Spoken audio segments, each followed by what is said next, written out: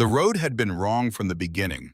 Not wrong in the way roads are wrong when a man takes a false turn at a crossroads and ends up in unfamiliar country. Wrong in the way a promise is wrong when the person who made it never intended to keep it. Wrong in the way that only becomes clear when everything else has already fallen apart and there is nothing left to do but stand in the wreckage and count what remains. What remained was three children, a broken axle, and a man named Elias Hale, who had walked the last 9 miles of Montana territory carrying a baby in one arm and a burlap sack of everything the family still owned in the other. The wagon sat a quarter-mile back, tilted on its side like something that had given up.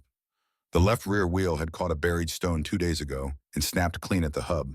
The mule had gone lame the day before that, and this morning Elias had untied the rope from the hitch and let the animal wander because it had stopped moving forward and he no longer had the strength to argue with it.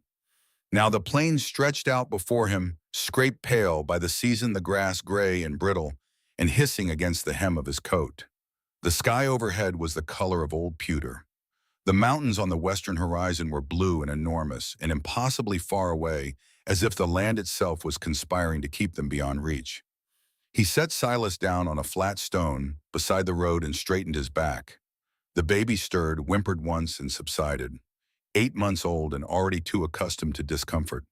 That thought hit Elias in a place behind his ribs that had been bruised too many times to be tender anymore. Nettie stood a few feet away with her arms crossed. 8 years old, and she had the posture of a woman twice that age, chin tilted, eyes steady, watching the horizon the way she watched everything, like she was waiting for it to show her its intentions before she decided what to do about it. Emmett sat beside Silas on the stone, his thumb hovering near his mouth, but not quite touching it. He was 5. He had learned somewhere in the long months since his mother died that crying used up energy that was needed for other things. He did not cry. He just watched. A buzzard circled low above the nearest ridge. Once. Twice. Elias stepped between his children and the bird. His hands were raw.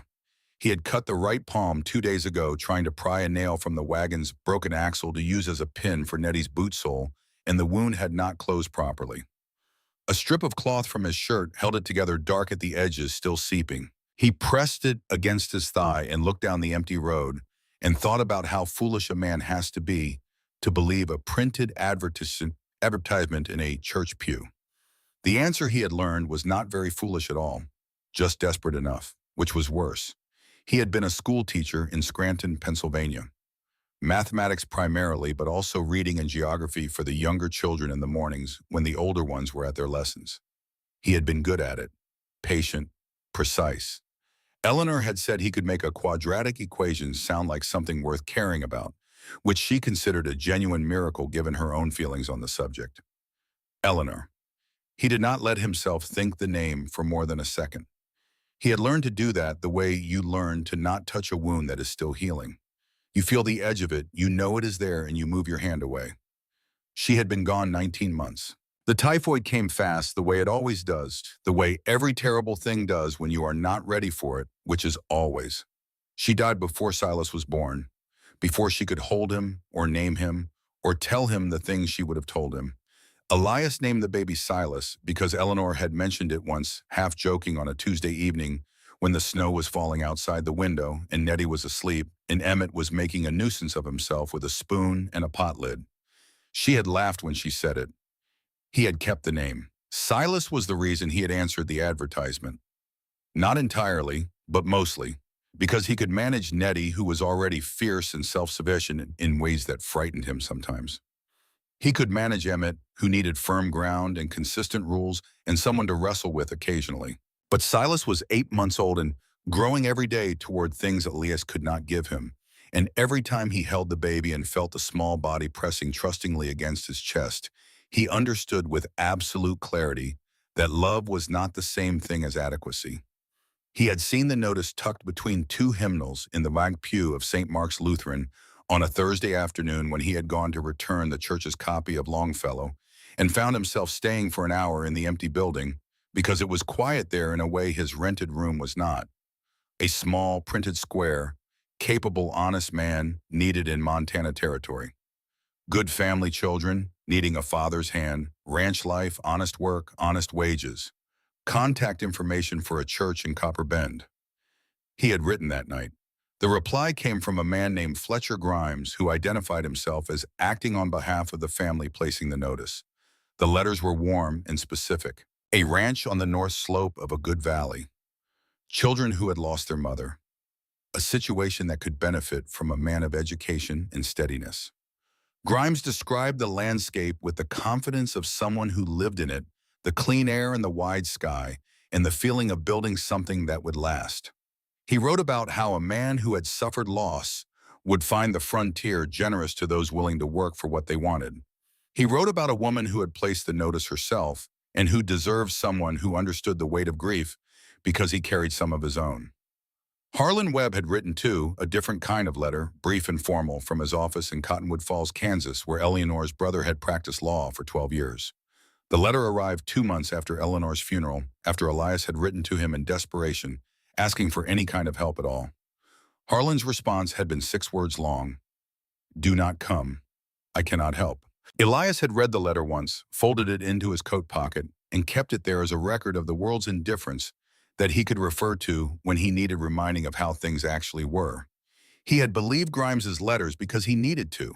He had been a mathematics teacher. He understood patterns and proofs and the logic of evidence. He had not understood that some evidence is manufactured. He sold the furniture. 3 train tickets, 1 for a baby, not yet 8 months old. He gave himself 200 miles to change his mind and did not change it. And now the road ran out ahead of him into the pale Montana plain, and the wagon was a quarter-mile back with a broken wheel, and the mule was somewhere in the brush, and Silas was whimpering on a flat stone, and Elias Hale stood between his children and a circling buzzard and tried to decide what came next. What came next was the sound of hooves, not thunder, not a single horse on a familiar road. 3 horses moving together and moving toward him. He squinted into the pale sun. The riders were still distant shapes resolved slowly against the gray-brown plain. He could see they were riding hard, not leisurely, the way people move when they are going somewhere they need to be, rather than somewhere they have chosen. He waited.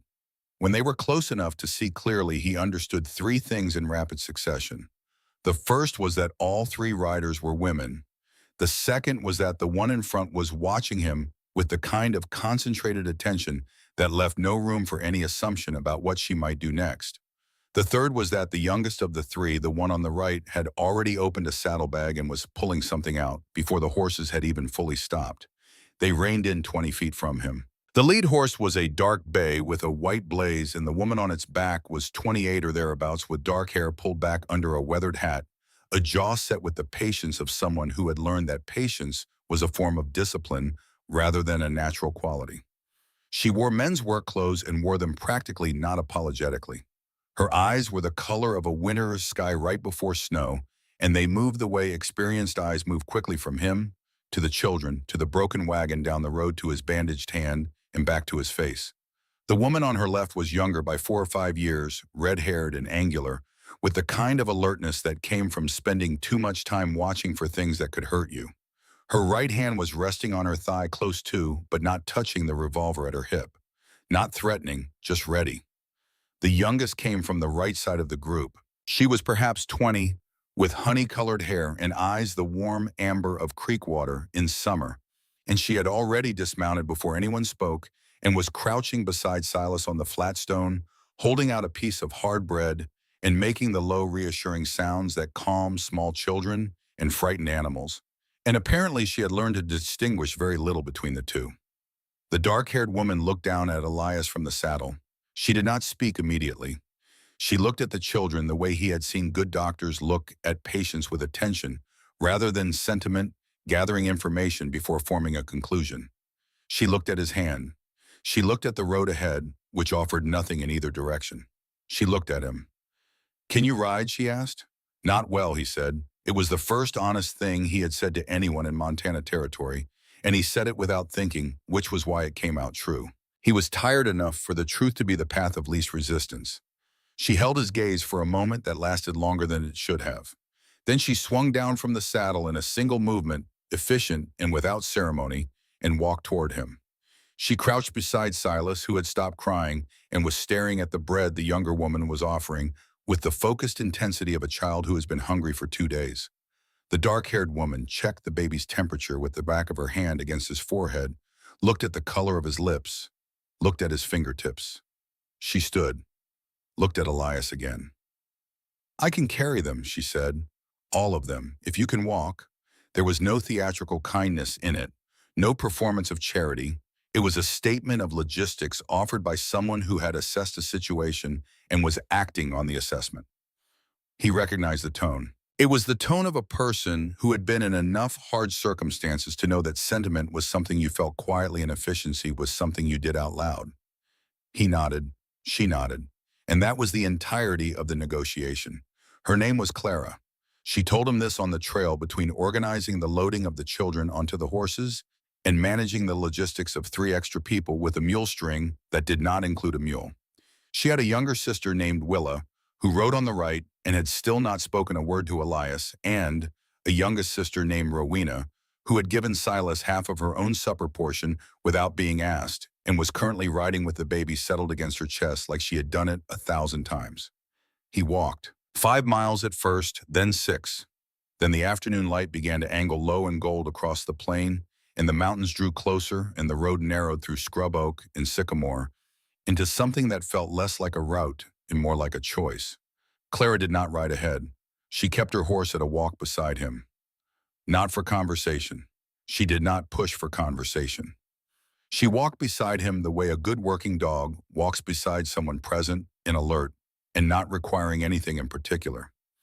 Emmett had fallen asleep in the saddle in front of Willa, who held him with one arm and the reins with the other and said nothing about it. Nettie rode behind Clara, sitting straight as a post, watching everything. When they reached the ranch, as the last light faded, Elias stopped in the dirt yard and looked at it. It was not a grand place.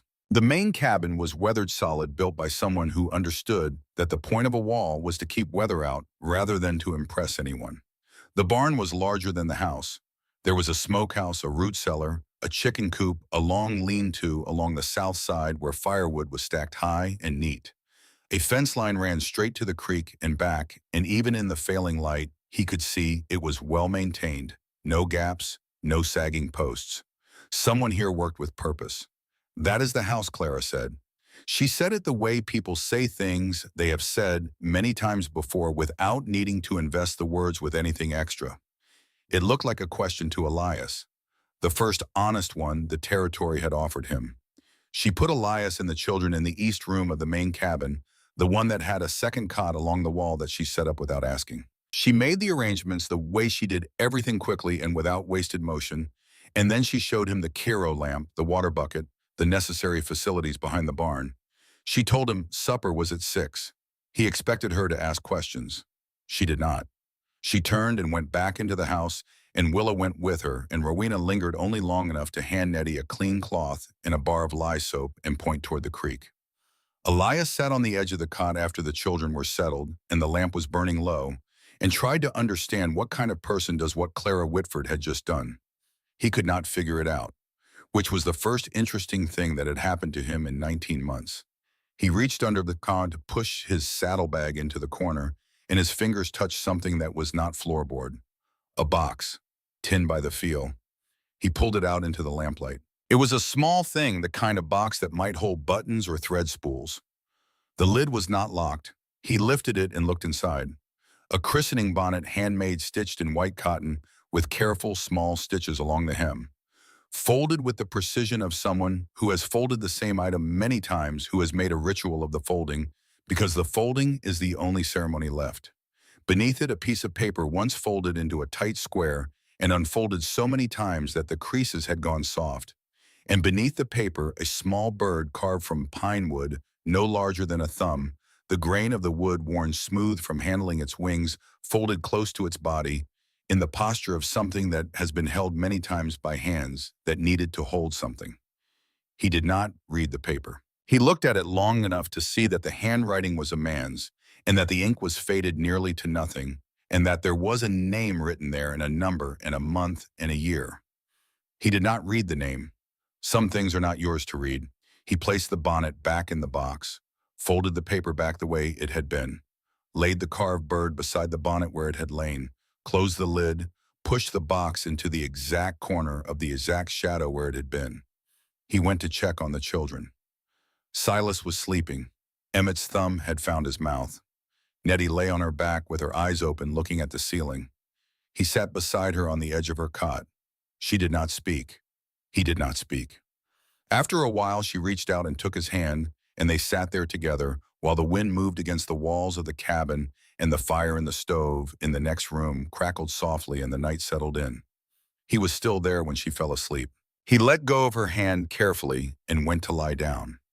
He lay in the dark and thought about the box under the cot and what it meant that someone had left it there, and how a person learns to live alongside a grief they cannot put down and cannot carry openly.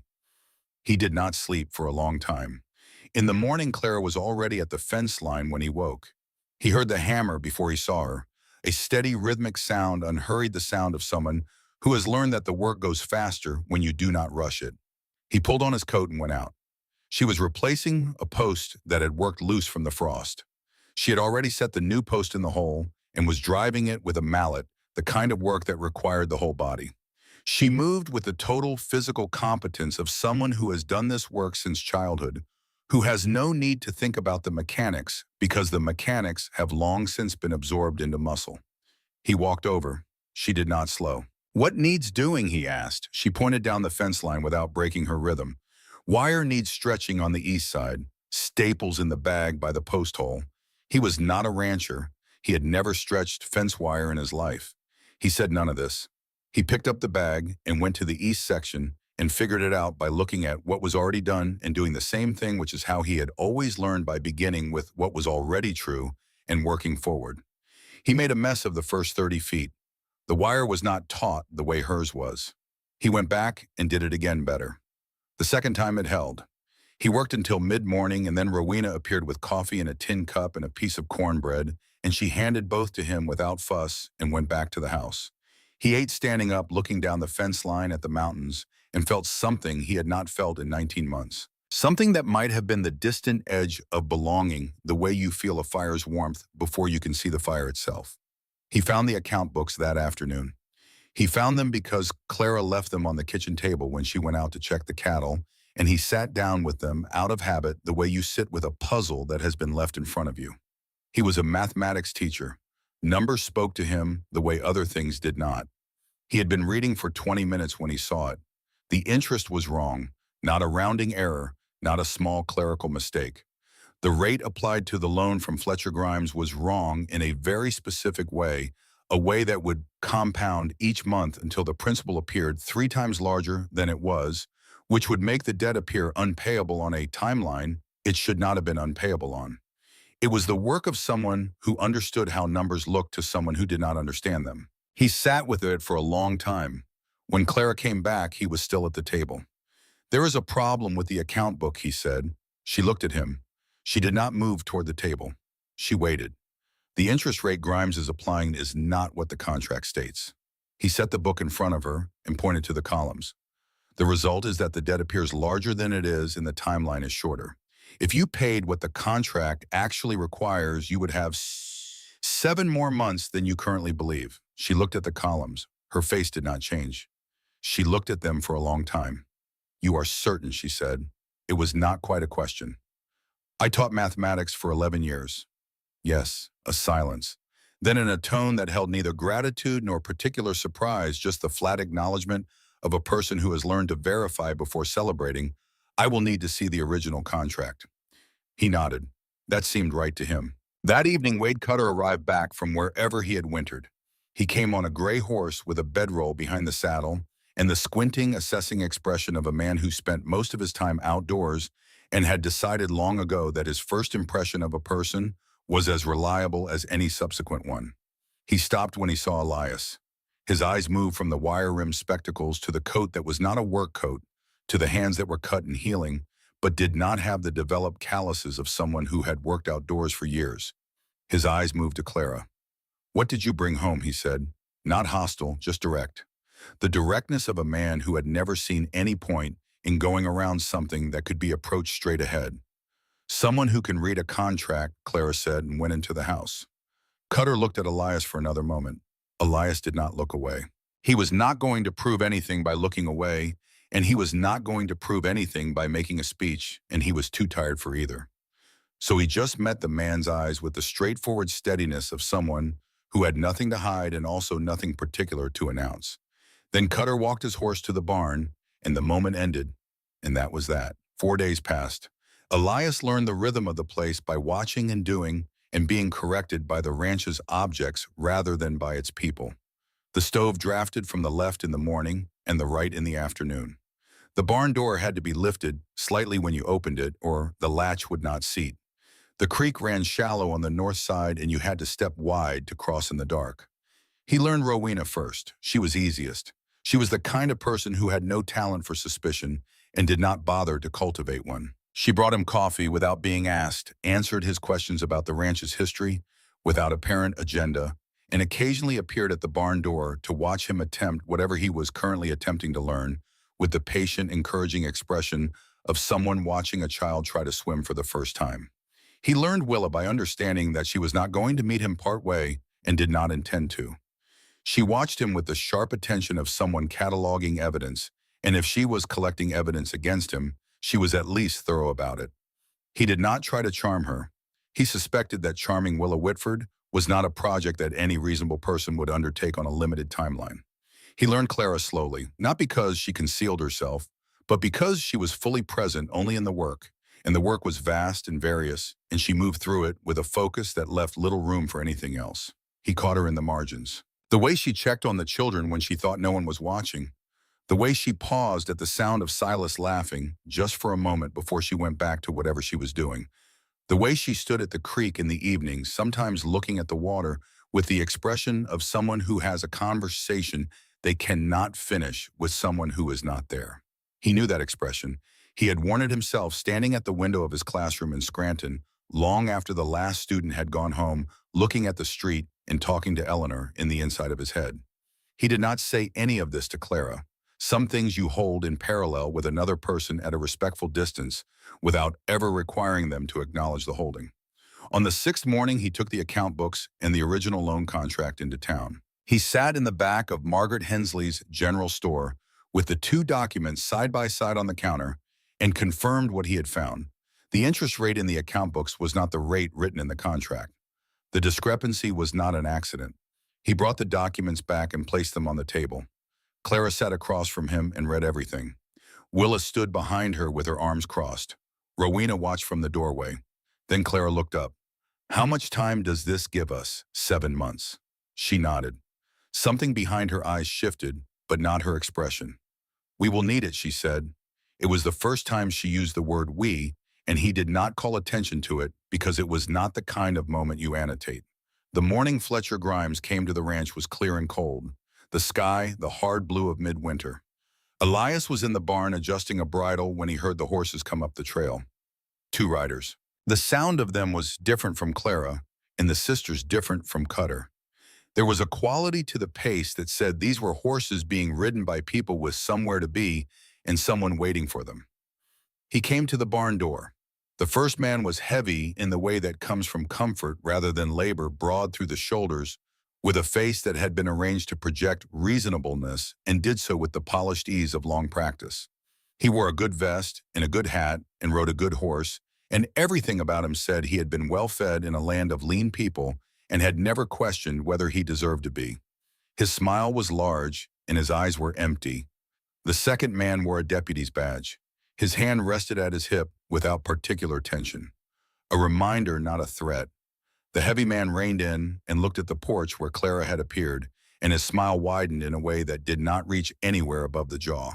"Mrs. Whitford, Grimes is my name. I believe we have some business to discuss." He dismounted. He pulled a sheaf of papers from his coat, the loan contract with Clara's signature visible at the bottom. "Your loan payment is approaching," he said. His voice was pleasant, conversational, the voice of a man who has practiced being agreeable about things that are not agreeable. "I have also become aware of a concern regarding the relevant clause." He gestured toward Elias, who had walked out of the barn and was standing at the edge of the yard. "The contract, Mrs. Whitford, includes a provision in Section 3. The property owner must be in a lawful marriage registered with the county for a minimum of 60 days prior to the loan's final due date." He smiled at Elias. I believe Mr. Hale has been here for a week. Clara did not move. I believe you know exactly how long he has been here. Grimes's smile did not waver. The law does not concern itself with what I know. It concerns itself with what can be demonstrated. I want the land, Mrs. Whitford. The railroad survey has confirmed the western route. You know what that means for property values in this valley. He looked at the mountains. It would be a shame for something as simple as a contractual technicality to cost you everything you have built here. He folded the papers back into his coat. 30 days. After that, I return with a court order. He looked at Clara, then at Elias, then back. Good day. He turned his horse, and the deputy turned with him, and they rode down the trail. The dust they raised moved east on the wind. Elias stood in the yard and watched them go. He was thinking about the advertisement in the church pew, about the warmth of the letters, about the careful, specific detail Grimes had included about a ranch and a family and honest work. He was thinking about the order in which a man would have to plan things to produce this outcome. Grimes stopped at the bend in the trail. Just before the trees closed around him, he turned in his saddle and looked back at Elias with a smile that was now something closer to what it had always actually been. The notice in the church. He let the words carry across the cold morning air. It was not placed by a family Mr. Hale. I arranged it. The letters you received came through my office. All correspondence did. He let that settle. I needed a man here, someone whose presence would create exactly this legal ambiguity. You have been very useful. Thank you for making the trip. Then he was gone. The birds had stopped. The wind had stopped. Even Silas, somewhere in the house, had gone quiet. Elias turned toward the house. Clara was standing on the porch, her arms at her sides, her face doing that thing it did when she was processing something.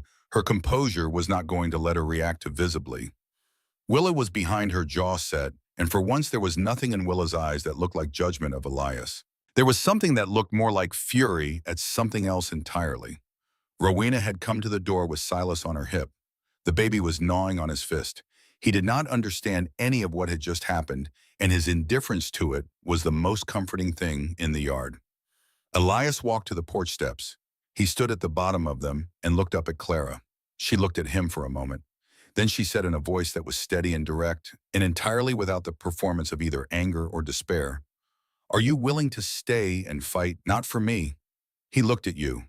His children looked at you when I brought you here. If I lose this ranch, they have nowhere either." He looked at her, at the set of her jaw, and the winter color of her eyes and the hands at her sides that were loose, not clenched, because she had learned that holding tension in your hands was wasteful when you might need it somewhere else. He thought about the tin box under the cot, about the bonnet folded with the care of ritual, about a small carved bird worn smooth from handling, about a note in a man's hand with a name and 3 days and a date. He thought about Nettie sitting in the barn, holding the lantern 2 nights ago, while he tried to figure out how to treat a horse's leg, because she had seen him struggling and come without being asked and held the light steady without complaint or commentary for an hour and a half.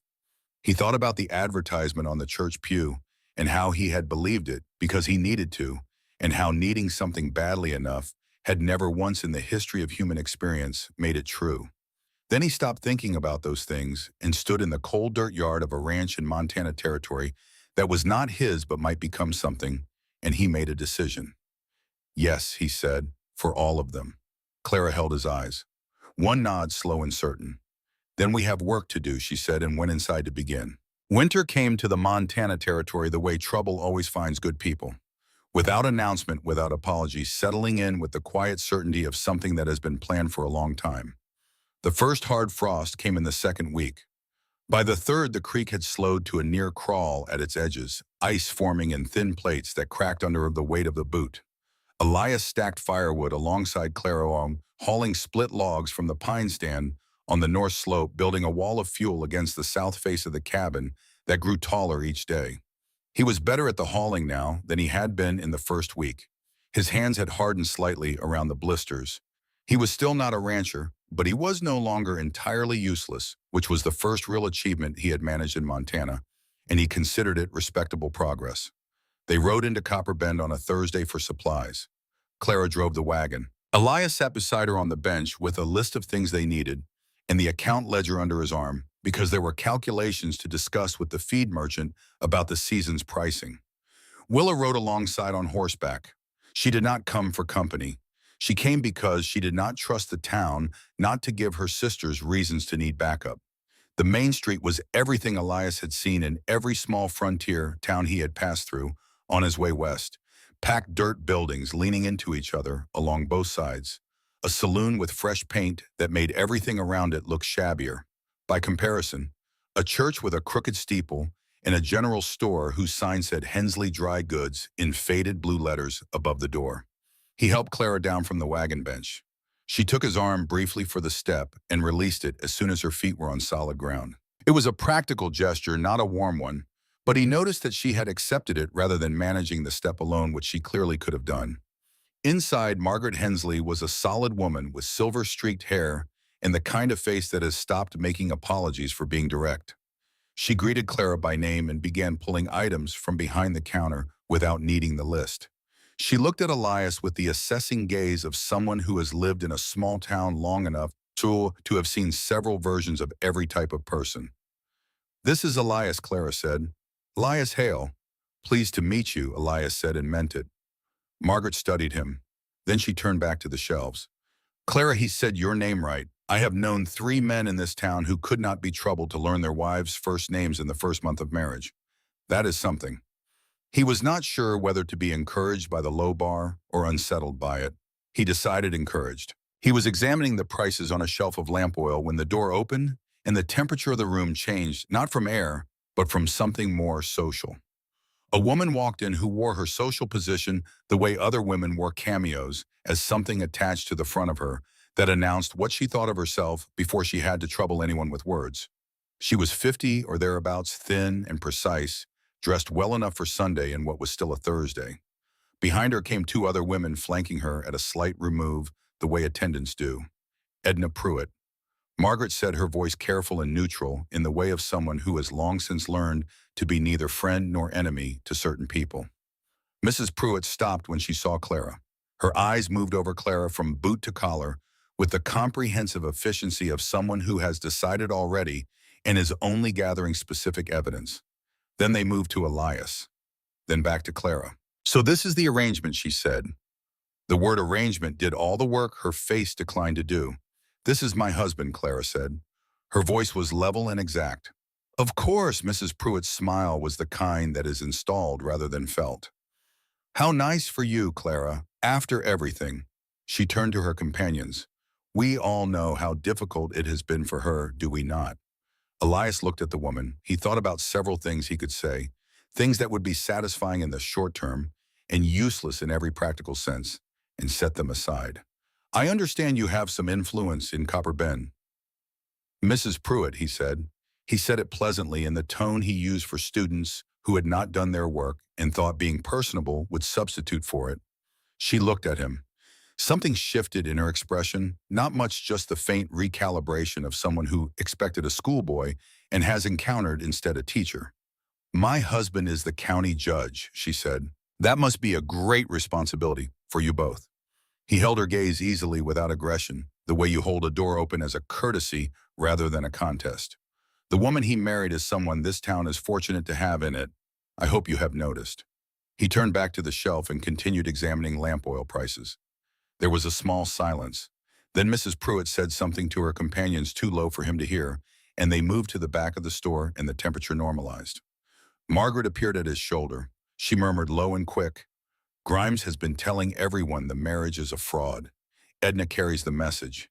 She has the ears of half the women's auxiliary, and through them the ears of their husbands. Be careful." He nodded. She moved away. When they came out of the store, Clara walked to the wagon without speaking. He followed. As he was stowing the supplies, she said without preamble, "What did you say to her that you were someone the town was fortunate to have in it?" Clara looked at him, a long, measuring look, the kind that is not hostile, but is also not comfortable because it is simply the gaze of someone who is taking the accurate measure of a thing. "Thank you," she said. She climbed onto the wagon bench and picked up the reins. On the way home, they did not speak much, but the silence had a different quality than the silences of the first days. It was no longer the silence of 2 strangers measuring distance. It was beginning very slowly to be the silence of 2 people who have accepted that they are in the same situation and are thinking about it in the same direction. 2 days later, the snow came, and with it, the moment that changed the shape of everything between them. The blizzard hit in the second week of December, without the warning that good storms sometimes offer. The wind came first, screaming out of the north with the force of something that has been building for 1,000 miles of open plain, and then the snow came sideways, and the temperature dropped so fast that the water in the bucket beside the stove froze solid before Elias could find the extra blankets in the Caro lamp chest. The trees cracked in the timber like gunshots splitting from the cold. Elias and Cutter had ridden out at midday to check the cattle in the far pasture. A section of fence had been showing weakness, and the storm would test it. Clara watched them go from the porch and did not say anything about the dark line on the northern horizon that was not cloud but cold. She came back inside. She fed the stove. She put Silas in the crate near the warmth and covered him with the wool blanket and listened to him breathe the way she had listened to him breathe for the past 3 weeks, which was the way you listen to the breathing of a child who has been sick before and whose lungs you do not quite trust yet. He was fine at 3 in the afternoon.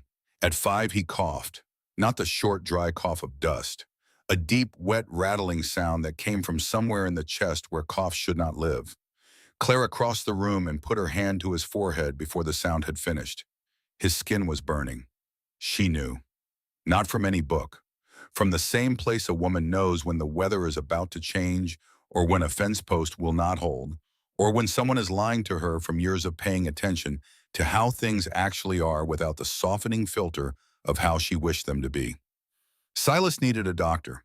Doc Whitaker was in Copper Bend. 3 hours in good weather, flat road, dry conditions. In this storm, with the road already drifting and the temperature dropping, she could not calculate the time. She could only calculate the necessity. She found Willalow in the back room. Stay with the children. Keep the stove burning as hot as it will go. Elevate Silas's head. Willa read her face. What are you doing? She pulled on her heavy coat. What needs doing? Willa caught her arm. Clara. She met her sister's eyes. If I wait for the men to come back, we lose time we do not have. She looked at Silas in the crate. He is breathing wrong, Willa. A pause, then Willa let go of her arm. She said very quietly, come back, I will. Rowena handed her the extra scarf without being asked, wrapping it around Clara's face and throat, and knotting it with the practiced hands of someone who has spent years anticipating what people need before they think to ask for it. Then Clara was out the door and into the storm. The cold hit her like a wall. She was moving toward the barn before her eyes had adjusted by feel and memory and the knowledge of every step between the house and the horse stall that she had taken 10,000 times. She saddled the bay mare in the dark, working by touch, and was out of the barn and into the blizzard before the wind had fully processed her arrival. She rode south. The road was not visible. She rode by what she knew of the land, the way the ground tilted toward the creek at a certain angle, the way the stand of cottonwoods sat 50 feet east of the third fence post, the way the hill sheltered the road for 300 feet, and then the wind came back full force. She had ridden this road in every condition the territory could produce, and the territory had produced most of them. She did not ride fast. Fast in a blizzard was how people died. She rode steady, and the mare kept her footing with the sure-footedness of an animal that has been in hard country long enough to have learned what it costs to misjudge the ground. 3 hours and 20 minutes after she left, she was at Doc Whitaker's door. She was back with Doc behind her at dawn. She came off the mare badly, her left hand locked around the rein and not releasing her right, gripping the saddle for the dismount and finding the grip slow because her fingers were not responding properly. She landed and her legs were less reliable than she expected. The wind had been in her face for most of the return, and the cold had worked through everything, through the coat and the scarf and the wool, and down to the bone. She heard the cabin door. Then there were hands, warm ones, catching her arm and her waist, and she recognized by the quality of the grip that they were Elias's hands, the grip of someone not quite accustomed to the terrain, but absolutely certain about the purpose. He pulled her against himself to stop her from going down, and she let him, because she was past the place where it cost her anything to let someone hold her up. He took her frozen hands in both of his and held them against his chest. She could feel the heat of him through the coat. She could feel his heart beating steady and fast with the adrenaline of someone who has been frightened for hours and has not let himself show it. Doc went past them both and into the house. 2 hours later, Silas's breathing changed. The rattle softened, then quieted, then became something that was merely the sound of a small chest working harder than it should rather than the sound of something drowning. His color shifted gray to pale to the faint warmth of pink. He opened his eyes and found Clara's face and cried not with pain, but with hunger, and hunger was the most beautiful sound in the cabin, because hunger meant alive. Elias was in the corner, where he had settled after Doc had arrived and taken over, and he was sitting against the wall in a way that said he had been awake since before the storm and intended to stay awake until the outcome was no longer in question. When Silas cried with hunger, he closed his eyes. He stayed like that for a moment. Then he opened them and looked at Clara across the room. She looked at him. Neither of them said anything. The distance across the room was about 12 feet, and it felt like a conversation. Rowena made breakfast. Doc Whitaker ate, and then sat at the table with his hands wrapped around his cup and said quietly that there was something else they needed to hear. Clara sat down. Elias sat beside her, not close, not touching, just within the same deliberate radius. Grimes Doc said, "He and a man named Harlan Webb have been meeting in the saloon 3 times this week." He looked at his cup. "I have been in this town long enough to know what 2 men meeting like that are planning." He paused. "The hearing has been set. 10 days. Both cases at once. Grimes's claim on the land and a guardianship petition for the children." He let that sit. Elias said very carefully, both at the same time, "It is the same judge. It makes sense from a court management perspective." Doc sounded like he would have preferred that it made no other kind of sense. "Amos Pruitt will preside." Edna Pruitt's husband, Clara said. "The same." A silence. The stove crackled. Outside, the wind had died to a mere constant force rather than a screaming one. "He is a fair judge," Doc said, "whatever Edna is. 30 years on the bench. He cares about the law, which is not always convenient, but is at least consistent." Elias looked at his hands. He looked at the documents they had assembled over the past weeks, the original contract, the account discrepancies, Grimes's threatening note. Then he looked at Clara. She was already looking at him. She had been looking at him, he realized, for some time. "What is it?" he asked. "Nothing." She looked away, then back. "We have 10 days, yes. We have enough. We need to be sure." "What more do we need?" He thought about it. He thought about the affidavit he did not have.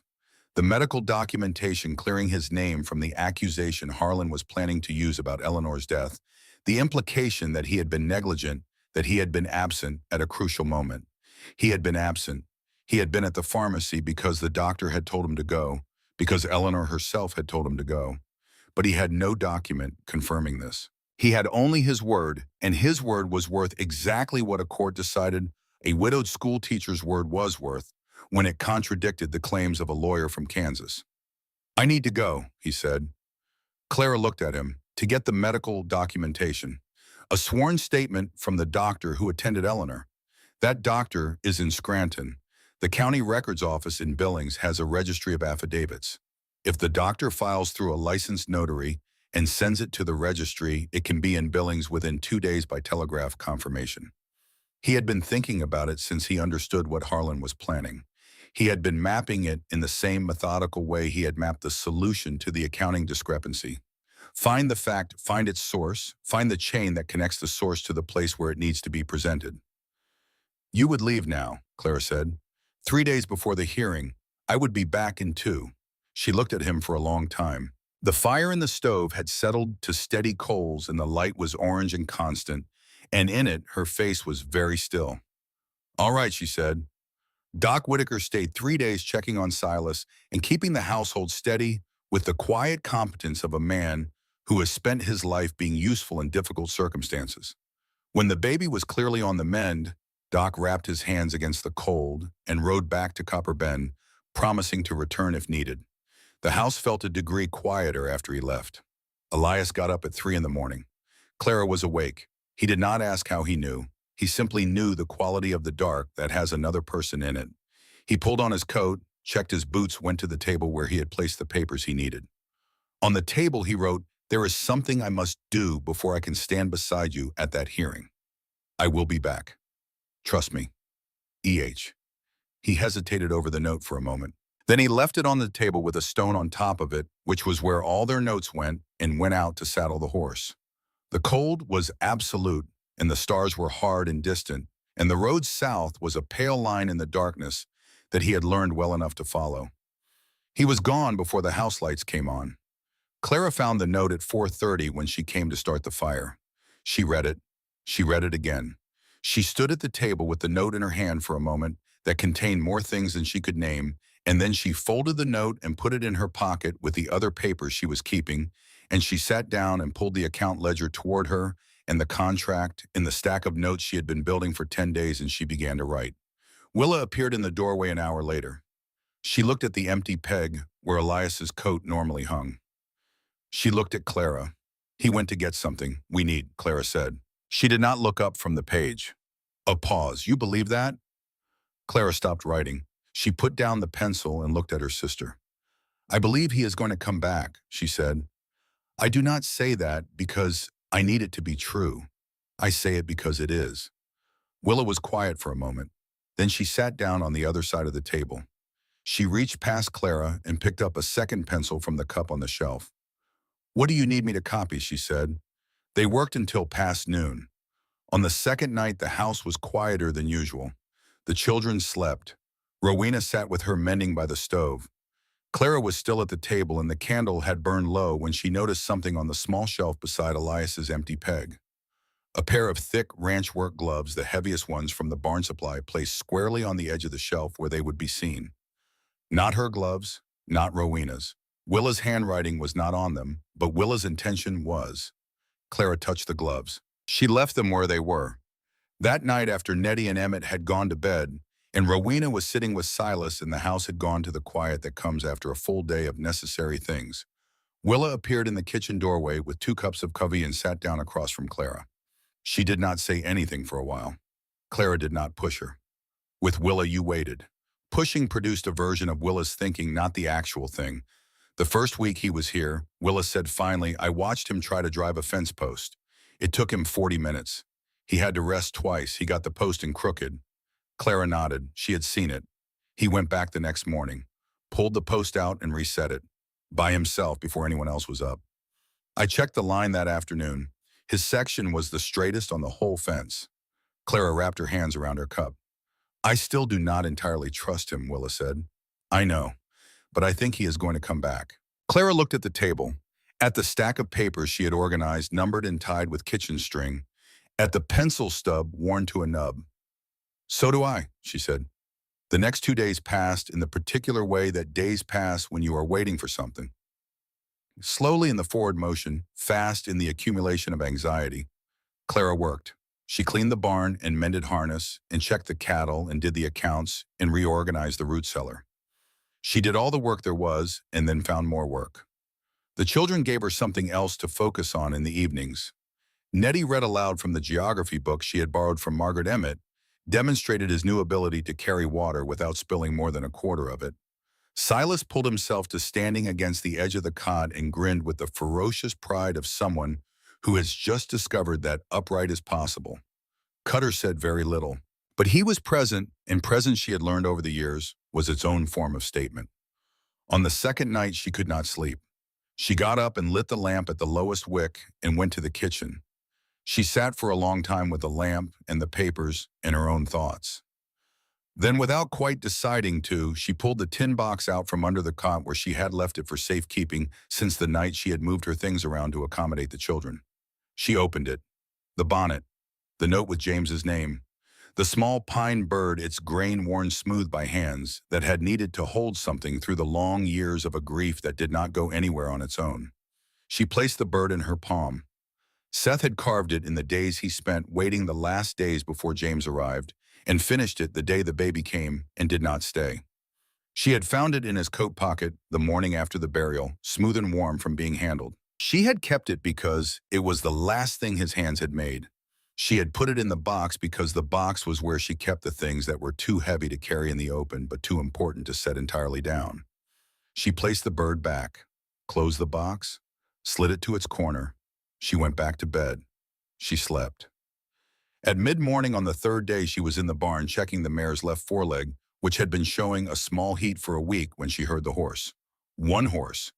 Coming from the south road, coming at the steady pace of a horse that has been ridden hard and is being ridden carefully in the last stretch because the rider is being careful. She stood up and walked to the barn door. Elias came up the trail on foot, leading the horse. Behind him, moving more slowly, leaning on Elias's offered arm and carrying a medical bag and a leather satchel, was Doc Whitaker. Doc's face was tired and resolute, in the way of someone who has been uncomfortable for 2 days and has decided that the discomfort was worth it. He carried himself with the stiff determination of a person who has made a decision that frightened him and intends to see it through. Elias looked like he had not slept, but his back was straight and his step was steady, and when he saw Clara standing in the barn doorway, something in his face changed. Not a smile. Something before a smile, the thing that happens in a face when it finds what it was looking for and has not yet processed the relief. He stopped at the bottom of the porch steps. "I am sorry I left without explaining," he said. Clara came down the steps. She stood in front of him with her arms crossed, not in defense, but in the way of a woman holding herself together while she takes inventory. "You came back," she said. "That is enough." He reached into his coat and produced 2 documents. He laid them on the porch rail side by side. The first was Doc Whitaker's sworn affidavit, signed and sealed. She read it. She read the declaration that Eleanor Hale had died of typhoid, that no treatment available could have reversed the progression of the disease at the point it reached its critical stage, that Elias had been absent purchasing medicine at the express instruction of the attending physician, and that nothing in his actions or absence had contributed to or could have altered the outcome. The second was a certified copy of records from the Scranton, Pennsylvania County Land Registry evidence that Harlan Webb had filed to transfer the children's inherited mining shares into his own name approximately 90 days before his arrival in Montana Territory. Clara read both documents twice. She looked at Doc. He met her eyes with the steady gaze of a man who has spent 2 days carrying a heavy thing and is now setting it down. "Should have done this 3 years ago," Doc said quietly. "The first year Grimes started making trouble. I told myself I was protecting my practice." He paused. "I was protecting myself, that is all." Willa appeared in the doorway. She looked at Elias. Her expression did not change. But she looked at him for a long moment with her full attention, the way she looked at things that she had been wrong about and was now reassessing. Then she nodded once, a single deliberate nod, the nod of someone who has revised an opinion and is acknowledging the revision without fanfare. It was the greatest concession Willa Whitford had made to Elias Hale in the 6 weeks he had been on the ranch, and both of them understood it without either of them saying so. The hearing was 3 days away. That night, Rowena made a stew with the last of the autumn vegetables, and they ate together, all of them, for the first time with something close to ease. Cutter at the far end of the table, unusually quiet but present. Rowena and Willa close together, the way they always sat. The children in the places they had claimed by repetition. Elias and Clara on opposite sides of the table, neither avoiding the other's eyes nor making a performance of meeting them. After supper, Doc Whitaker sat at the table with Clara and went through what to expect at the hearing. He laid out the likely shape of it with the methodical precision of someone who respects the adversary even while intending to defeat them. Clara listened. She organized her papers. She asked 3 precise questions, received 3 precise answers, and made 3 additional notes. Elias watched her work. He had been watching her work for 6 weeks, but he watched now with the particular attention of someone who is seeing something clearly for the first time because the light has finally fallen at the right angle. She was building the case the way she had built the fence line in the storm, one post at a time, with bleeding hands and no help but her own competence and the absolute conviction that failure was not something she could afford. She had done it alone for 2 years. And then 6 weeks ago, she had found a man and his 3 children broken down on a road in November, and she had looked at the situation and said, "I can carry them," and she had meant it, and she had done it, and she was still doing it, and she would do it in that courtroom in 3 days, whether or not anyone stood beside her. He intended to stand beside her. He went to bed before she finished. She was still at the table when the house went quiet. He lay in the dark and listened to the faint scratch of her pencil and to the wind pressing against the roof and to the sound of his children breathing in the next room, and he thought about what he was going to say to her after the hearing was over. Not before. There was too much at stake for declarations to be useful before. After. He fell asleep to the sound of the pencil in the wind. In the morning before dawn, he heard her put the pencil down. A long silence. Then her chair moved. Her footsteps crossed the floor to the window. She stood there, he knew, looking at the dark and whatever she was thinking about in it. He did not get up. This was not his moment to interrupt. Then her footsteps went to the stove. The rattle of the grate opening. The sound of coals being stoked. He got up and went to help. Morning arrived hard and bright on the day of the hearing. The kind of morning that does not consult anyone's plans, that puts out its cold sunlight indifferently and leaves you to make what you can of it. Clara, dressed in her best clothes, which were also her only good clothes, a dark wool dress pressed with a heated iron, the night before her collar clean, her hair pinned with the careful economy of someone who does not have time for prettiness, but understands the meaning of precision.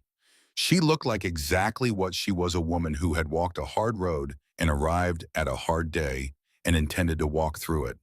Elias appeared from the room where he had slept with his scrubbed face and his one good shirt and his coat that had been beaten clean of road dust and hung overnight.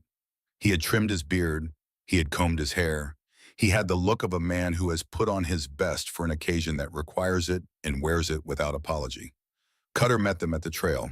He was on his horse. He had a coat Elias had not seen before, recently brushed, if not recently purchased. His hat was newer than the one he had been wearing since Elias arrived. His face was freshly shaved and unfamiliarly clean, and he sat the saddle with the particular stiffness of a man enduring discomfort in service of something he has decided is worth the enduring.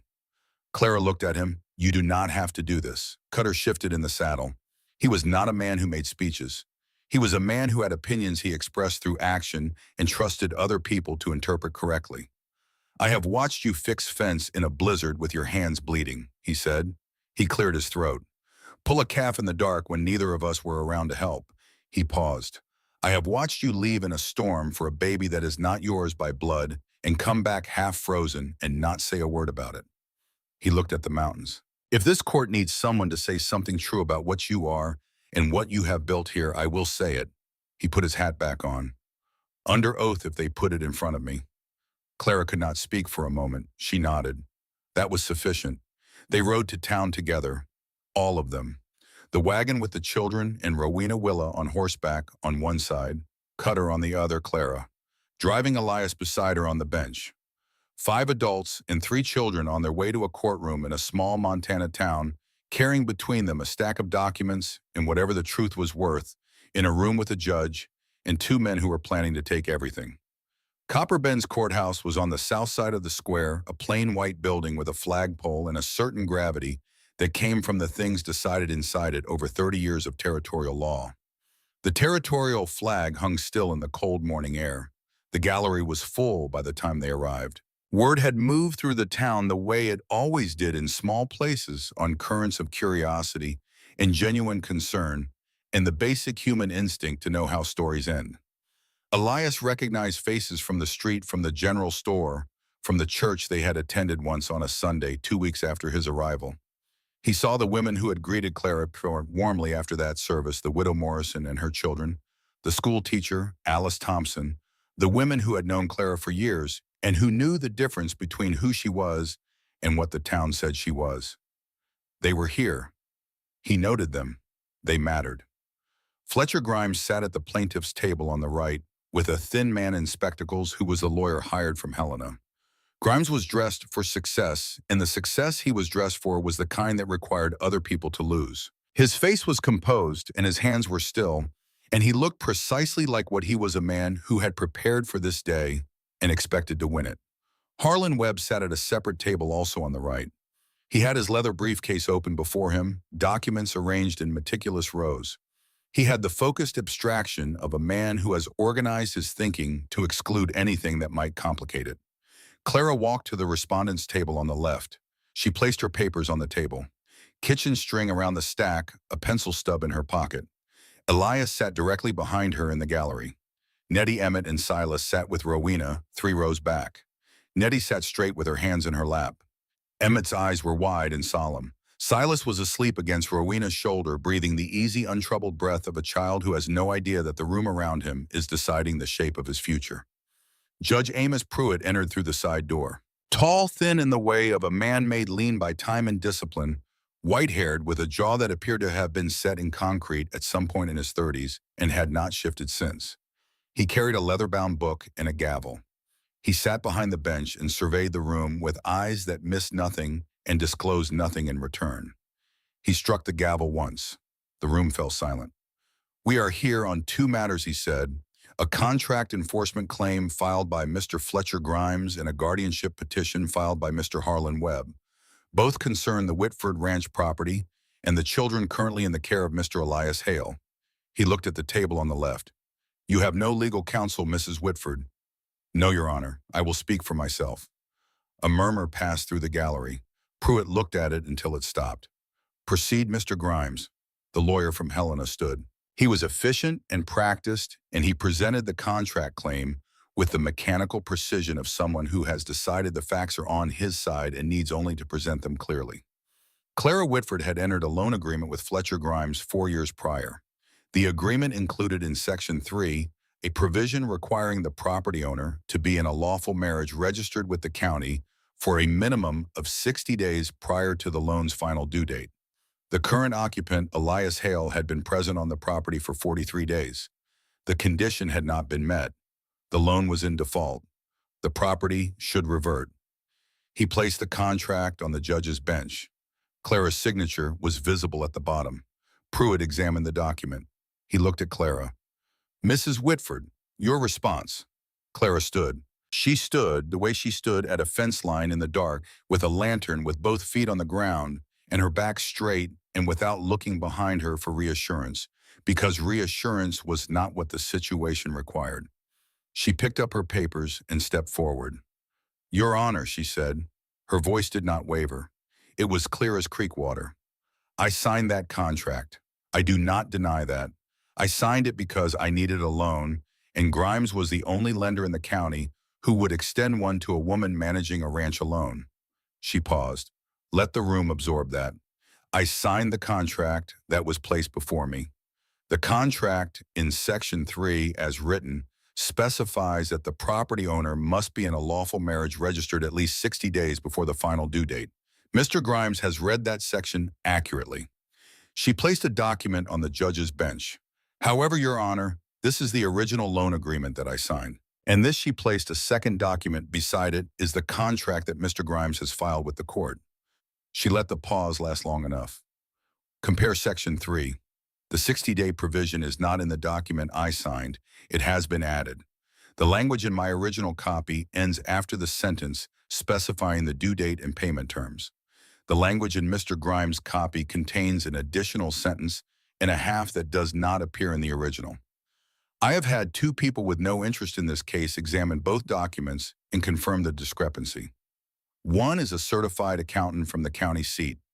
One is a teacher of mathematics with 11 years of professional experience.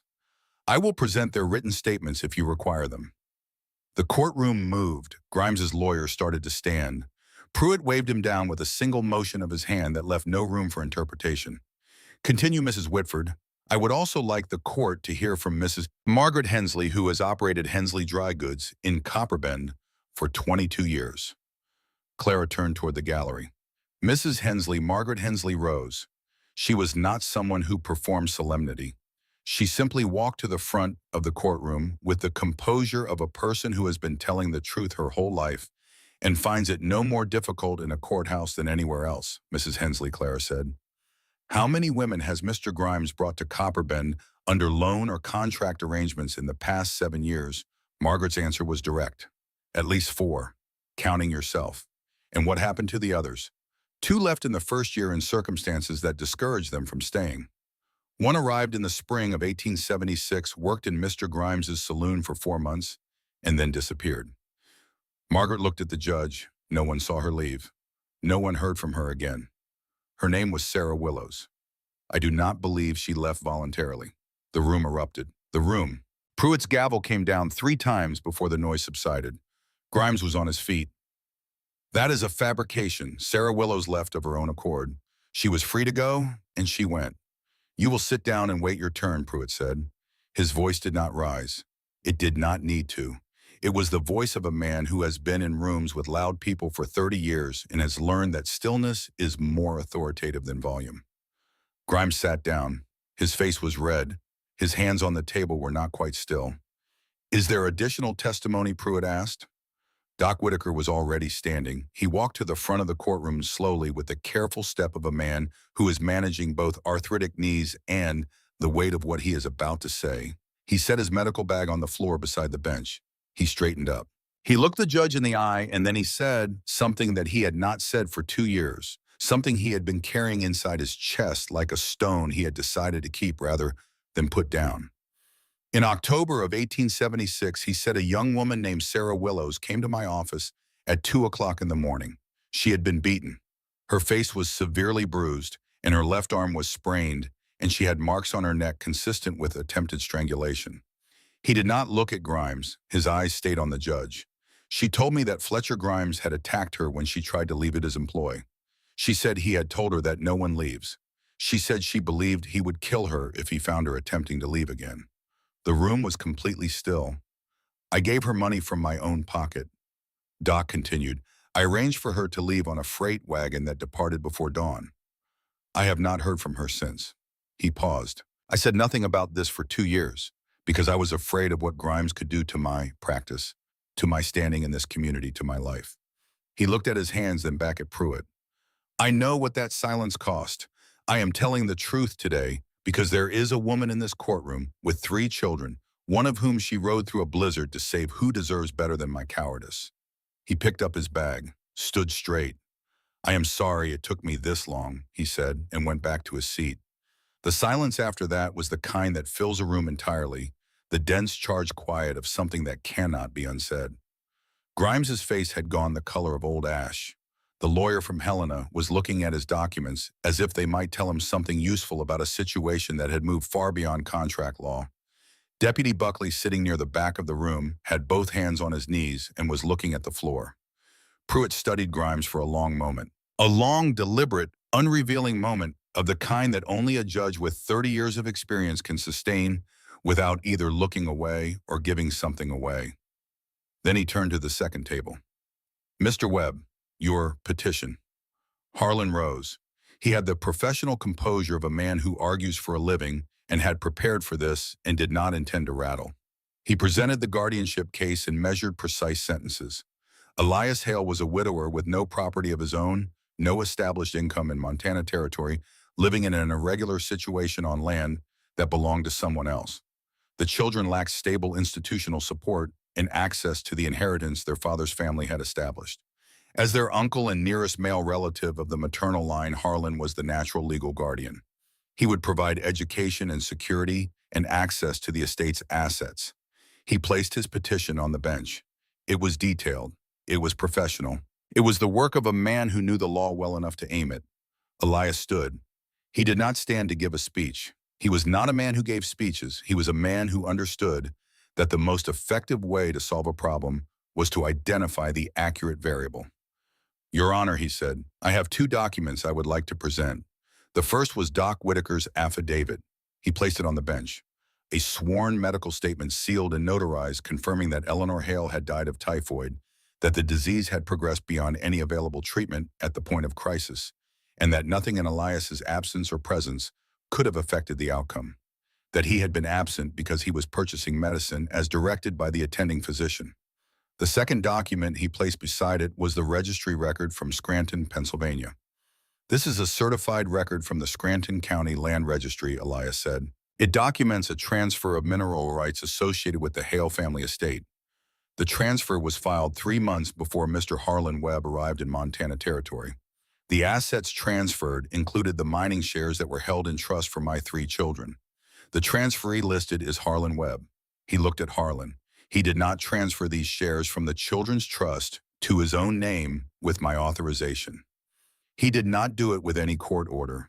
He did it because he knew that guardianship of the children was the most direct path to challenging the transfer, and he came here to establish that guardianship. Harlan's composure cracked. Not completely, just at the edges in the small places where control breaks first. He started to speak. Elias continued. I want the court to understand that my children are not assets. They are not instruments. They are Nettie, who is 8 years old and who sat with her brother all night in a storm and held his foot so he would not feel alone. They are Emmett, who prays in words he makes up himself because he does not know anyone else's. They are Silas, who walked for the first time in this county, in this valley, in the house of people who did not have to help us and helped us anyway. He looked at the judge. My children have a home. They have a family. They have a future in this place if the court allows it. Pruitt read the registry document. He read it twice. He looked at Harlan with the expression of a judge who has seen many things in 30 years and recognizes each category when it presents itself. Is there anyone else who wishes to testify to the welfare of these children and the character of the relevant parties? Cutter stood up. He walked to the front of the courtroom with the rolling gait of a man who spends most of his time on horseback and has never quite recalibrated to a level floor. He stood before the judge and held his hat in both hands and said what he had come to say. Your Honor, I have worked for the Whitford Ranch for 4 years. When Elias Hale arrived, I thought he was a mistake. He was clearly not from anywhere useful. He said so too, which I will give him credit for. A muted ripple in the gallery. Pruitt did not suppress it. I watched him try to drive a fence post for 40 minutes. Cutter continued. He did it crooked. He went back the next morning before anyone else was up and did it again until it was right.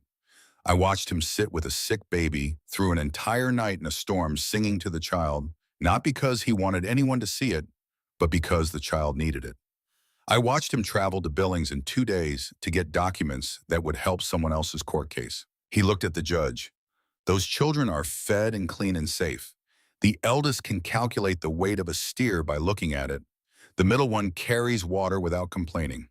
The baby took his first steps in the Whitford kitchen on a Tuesday morning and fell down 4 times and got up 4 times, which I think says something about the place he is being raised in. He put his hat back on. I have said what I came to say. He walked back to his seat. He sat down and looked straight ahead, and his expression was the expression of a man who has made himself do something difficult and is relieved it is over and also satisfied that it was done. The room was quiet, not the charged silence of before, something quieter and more durable. Pruitt sat still for a time that felt longer than it was. He looked at the papers spread before him. He looked at Grimes, whose gray face had not recovered. He looked at Harlan, whose briefcase was closed. He looked at Clara standing at her table with kitchen string around her documents. He looked at Elias. He looked at the 3 children, 2 of them watching with wide eyes, and one of them sleeping the deep sleep of an infant who trusts that the world is manageable. He picked up his gavel. On the matter of the contract claim filed by Fletcher Grimes, he spoke with the cadence of a man who has chosen every word in advance and will not be hurried. The court finds that the contract filed as evidence contains language not present in the original document signed by the property holder. This constitutes fraudulent alteration of a legal instrument. The claim is denied. The property remains in the lawful possession of Clara Whitford Hale. He paused. Furthermore, the testimony of Dr. Whitaker regarding Sarah Willows raises questions of criminal nature. Mr. Grimes will be detained pending an investigation by the territorial marshal. Deputy Buckley is suspended from duty pending review of his conduct in this matter. 2 men from the far side of the gallery moved toward Grimes. They wore expressions that said they had been asked to be here this morning for exactly this purpose, and were carrying it out without particular relish or particular hesitation. Grimes stood. His face showed nothing for a moment. Then he looked across the room at Clara, and what was in his face was not anger and not hatred. It was the cold, flat recognition of a man who has been outplayed by someone he considered beneath him and who cannot yet fully accept that this is the truth of the situation. They let him out. The door closed. The room exhaled. On the matter of the guardianship petition filed by Harlan Webb, Pruitt's voice continued without changing pace or tone. The court finds no legal basis to remove these children from their father's care. The evidence presented demonstrates continuous and devoted provision under genuinely difficult circumstances.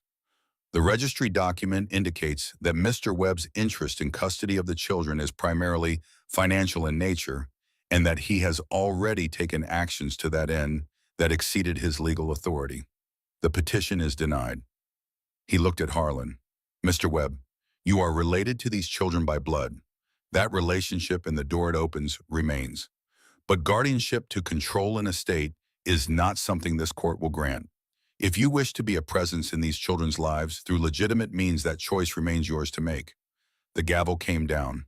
Final, definitive.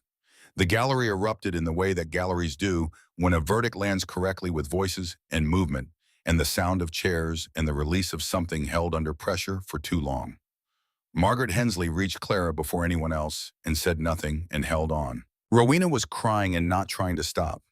Willa was not crying and was also not trying to stop, which looked different on her face but was the same internal weather. Elias stood where he was for a moment. He watched Clara accept Margaret's embrace and return it, and then he watched her receive the hands of people she had known for years who were finally saying out loud what they should have said before. He watched Cutter stand in his place and receive a handshake from the man next to him with the uncomfortable dignity of someone unaccustomed to being thanked. Harlan Webb walked past him on the way out. Elias said his name. Quietly, no heat in it. Harlan stopped. He did not turn fully. Just enough. You can write to them, Elias said. If you mean it, not for the estate, just to know them. The door is open if you want to walk through it. Harlan was still for a moment. His face was the face of a man who has spent so long behind a professional mask that he has almost forgotten what he looks like without it. Something moved behind the mask, something that might have been the memory of a family obligation he had been refusing to feel for several years. He said nothing. He walked out into the cold Montana morning. Elias let him go. He found he did not need to know whether the door would ever be used. He had left it open, which was the only part that was his to do. Doc Whitaker found him by the door as the crowd thinned. The old man squeezed his hand once. Then he said, "Take care of that family. You have earned it." He moved past and into the street, and Elias let him go too and went to find Clara. She was outside, finally clear of the crowd, standing in the cold air, with her coat unbuttoned and her face turned up toward the pale winter sky, as if she was checking whether it was still there. It was still there. He came and stood beside her, not close enough to impose, close enough to be present. She breathed once long and slow, then she looked at him. "It is over," he said. "It is over." She looked at the street, at the emptying courthouse steps, at the gray sky and the bare trees, and the wide quiet of a small town on an ordinary Thursday that had just become a day that changed things. He looked at her, at the lines the last 6 weeks had put into her face that were not new lines, but illuminated ones, lines that the difficulty had lit up so he could see what was already there. The patience, the stubbornness, the fundamental honesty that had no time for pretense and no interest in performing strength, because the actual thing was as present and required no performance. "Shall we go home?" he said. She almost smiled. That was not entirely what the expression was, but it was the edge of it. "Yes," she said, "let us go home." They brought the wagon around. The children climbed in, Rowena, helping Silas Emmett, pulling himself up with the focused effort of a child practicing being capable. Nettie sitting at the front with her legs hanging over the edge and looking at the street with the expression of someone who has watched something important happen and is cataloging it carefully. Willa rode on one side, Cutter on the other. They rode out of Copper Bend together, the same group that had come in, and the street watched them go. Halfway home on the stretch of road that runs through the stand of bare cottonwoods, where the snow melts earliest each spring, Clara put her hand on the reins and let the horses slow to a stop. She climbed down, walked a few paces from the wagon, stood in the road. Elias wrapped the reins around the post and climbed down after her. She turned. The afternoon light was coming in low from the southwest, the winter light that shows everything clearly without warmth, that makes the world look exactly like what it is, honest and cold and available for inspection. She looked at him. "What do you want?" she said, not with urgency, just as a question asked by a woman who has spent enough time managing logistics that she has come to trust directness over ceremony. He took a breath. He was not a man who made speeches. He was a man who taught mathematics and understood that the cleanest statement of a true thing was worth more than an elaborate demonstration of it. "I want to be beside you," he said, "not because of the hearing or the court or because you need someone to sign papers. Because every morning in that house, I listen for the sound of the stove before I know I am awake, and when I hear it, I am already not afraid of the day.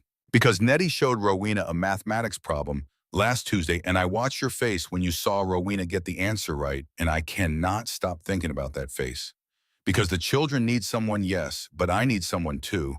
And I did not know that until I found myself in Montana in November with a broken wagon and nothing left, and you came over that hill and said you could carry all of them, and you did, and you have kept carrying things ever since. And I do not want you to carry them alone. He stopped. He looked at his hands, then at her.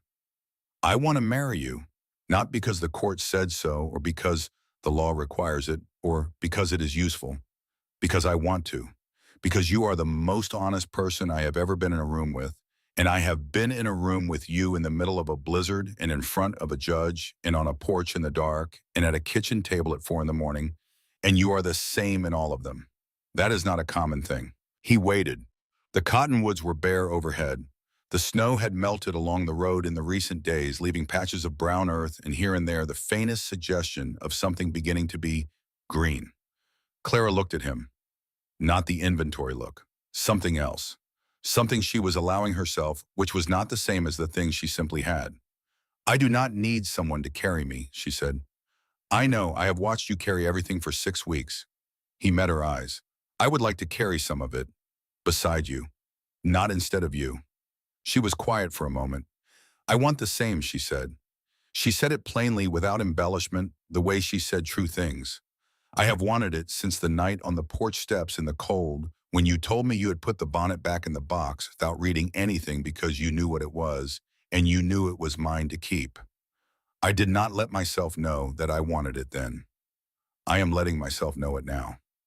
He stepped forward. She stepped forward.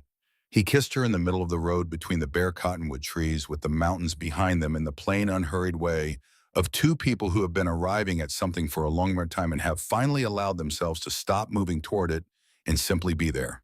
In the wagon, Nettie looked at Emmett. Emmett looked at Nettie, a long, mutually comprehending look of the kind that passes between siblings who have survived things together and understand more than they are supposed to. When they finally broke apart, both of them, a little quieter than they had been, Clara rested her forehead against his for a moment. Then they got back in the wagon, and Clara picked up the reins and they rode toward the ranch. They held the wedding under the cottonwood tree at the back of the ranch on a morning in late March when the first buds were breaking on the branches and the air smelled of wet earth and pine, and the beginning of something that was not winter. No preacher, no congregation, no performance of an occasion. 5 people and 3 children and the mountains and the sky, which was enough. Margaret Hensley stood on one side as witness, her jaw working with the effort of not crying her expression, the expression of a woman who has seen enough of the hard kind of things that she genuinely appreciates a good thing when she witnesses one. Cutter stood on the other side with his hat in both hands, in the discomfort of a man who finds emotion difficult to metabolize, and handles it by standing very still and being present in all the ways that are not verbal. Willa and Rowena stood close together. Willa's jaw was set. Her eyes were bright. Rowena was not attempting to manage her face at all. Elias took Clara's hands. His grip was firm, the grip of a man who has learned over 6 months that there are things worth holding on to and intends to hold on. I give you everything I have, he said. These hands, this land we are building on together. My name and my word and whatever time remains, I will stand beside you. I will not leave. Clara spoke. Her voice was clear, the voice she used for things she meant completely without reservation, without the hedge of uncertainty. I have known the kind of loss that settles into the bones and makes you wonder if warmth is something that happens to other people. She looked at him. With you, I know it happens to me. I hear my children laughing and the fire in the morning and the creak at night and your boots on the porch when you come home. I am not afraid of the road ahead. I will walk it with you. And if I have to, I will carry you. Nettie stepped forward. She was holding something in her open palm, offered up with the careful solemnity of a child who understands that some moments require the whole of your attention. A small wildflower, purple, barely larger than a thumbnail, dried and pressed flat between 2 squares of stiff paper. She had found it by the creek 3 weeks before the very first wildflower of the season, first saying that what had been frozen was beginning to come back, and she had pressed it and kept it without telling anyone because she had known with the instinct of a child who has watched carefully that it would be needed. She placed it in the space between their joined hands. Elias looked at the flower, then at Nettie. He was going to say something. He did not say anything. He put his free arm around her shoulders and held her. They knelt together, all four of them, and dug a small hole at the base of the cottonwood tree with their hands. They placed the flower in the hole. They covered it with earth and pressed the ground flat with their palms, four sets of hands together on the dark soil, making the earth hold something small and important and irreplaceable. They stood. Emmett tugged on Elias's sleeve with the focused intention of a child who has a question that cannot wait. "Does this mean we are staying?" Elias looked at Clara. She was looking at him. Her face was open in a way it was rarely open without the careful management of things she had carried alone for so long, just present and warm and real. He lifted Emmett up. He held him with the absolute conviction of someone for whom this child is irreplaceable, and he looked him in the face. "It means we are building," he said. 5 years passed. The ranch grew. New rooms went up, then a proper porch with cedar rails that smelled sweet in the rain, then a second barn. The fence line extended to the creek and past it. The herd doubled and doubled again. A smokehouse appeared. A kitchen garden where Clara grew carrots and cabbage, and the wildflowers that Nettie and Rowena brought back from the creek bed every spring, leaving small jars of them on the kitchen windowsill through the months when the mountains allowed it. Nettie was 13, serious and capable, and reading everything she could find, borrowing books from Margaret's store and from the traveling library that came through Copper Bend twice a year. She could calculate the weight of a steer by looking at it, which she had learned from Cutter, without either of them acknowledging the lesson as a lesson. She kept a journal beneath her pillow and did not show it to anyone. Emmett was 10, sun-darkened and wire-strong, and constantly making a noise somewhere on the property that indicated both his location and his enthusiasm for whatever he was currently doing. He had a laugh that arrived without warning and at considerable volume and brightened every room it entered, and he had no apparent awareness of this effect, which made it more effective rather than less. Silas was 6. He ran. That was the primary fact about Silas at 6. He ran everywhere with the total physical commitment of a child who has discovered that legs are for the purpose of running and sees no reason to do anything at a pace that does not use them fully. He had no memory of the broken wagon, or the road, or the November cold, or the night the whole house had held its breath while his mother rode through a blizzard for medicine. He knew only this place and this family and the dog that followed him everywhere, and the creek and the sound of the supper bell. Hannah was 3. She had Clara's hair and her own opinions, which she expressed loudly and frequently, and with a confidence that made everyone around her simultaneously exhausted and proud. She had been born in the ranch house with Doc Whitaker attending and Nettie holding the lantern, and she had entered the world with the clear intention of making herself known. Thomas was 1 year old. He had Elias's eyes and Clara's jaw and a single clear word that he said every time Elias came through the door, "Papa." He said it with the total authority of someone who has identified the most important thing in the room and sees no reason not to announce it. Elias stopped every time, no matter what he was carrying or what he had been in the middle of. He stopped and picked the boy up and held him against his chest with the same tenderness he had shown the first day on the road when he gathered a stranger's baby and said, "I can carry them." Cutter still came, each season bringing Ada and their son, a 4-year-old who played with Emmett, and returned at the end of each day, comprehensively dirty and comprehensively happy. Cutter greeted Clara now with the nod of a man who has revised a long-held opinion and has been living in the revision long enough that it no longer feels like revision. It simply feels like the truth.